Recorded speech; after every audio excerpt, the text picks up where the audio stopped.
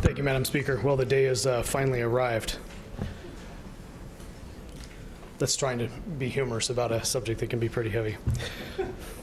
Madam Speaker, HJR7 proposes to amend the Constitution of the State of Alaska, and if approved by this legislature, the amendment will be placed before the voters this November for their consideration. The purpose of this constitutional amendment is to protect the permanent fund and improve the stability and predictability of our state finances. It will do so in a couple ways. First, the resolution ensures that the permanent fund dividend will be paid as part of the state's long-term fiscal plan. When the permanent fund dividend was created, Governor Hammond believed that an annual dividend would keep Alaskans in touch with the permanent fund and lessen the likelihood that appropriators, us, would frivolously spend it away like they did our state's first $900 million in oil money. I believe this is still a sound policy today. Secondly, the resolution returns the state policy concerning the permanent fund dividend to what it was prior to the Wilkowski case. The amendment allows the dedication of funds out of the permanent fund, just like this statute in the Constitution already allows for the dedication of funds into the permanent fund. In other words, this amendment will require the state government to transfer from the earnings of the permanent fund to the general fund an amount specified in law, and from those funds pay a dividend according to a formula established in law. The remaining funds will be available for appropriation by the legislature. The transfer established in this resolution will happen automatically without appropriation.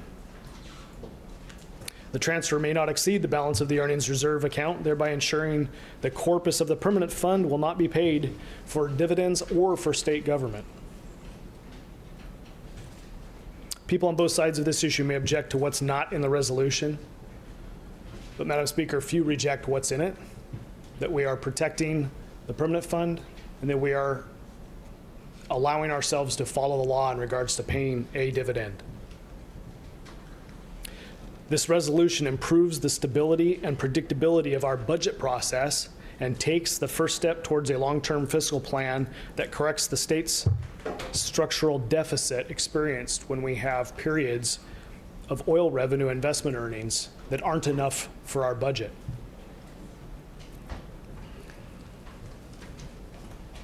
Those periods of time are also exacerbated when we have inflation that robs our purchasing and investing power.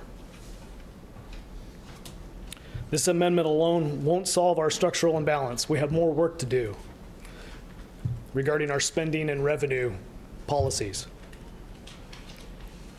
And I might add, we have legislation in this body pending in our finance and policy committees that address spending limits and revenue sources. What this amendment does do is require us to do the responsible thing and have those difficult conversations. This session or next. We can take care of it in this legislature, or we can ask the next legislature to take care of it. And Madam Speaker, it isn't us asking, it is the people. If we send this resolution forward and they say yes, the people will be asking the next legislature. No, they will be telling the next legislature to fix the statute. If approved by the voters, these changes will take effect in fiscal year 26. And I imagine there are going to be some comments, so I will stand down and listen to the debate. Representative Tomaszewski. Thank you, Madam Speaker. Madam Speaker, I wholeheartedly agree with the representative from Nikiski. This resolution gives the people of Alaska the choice. And right now, right here, today, we will choose whether we support the permanent fund dividend.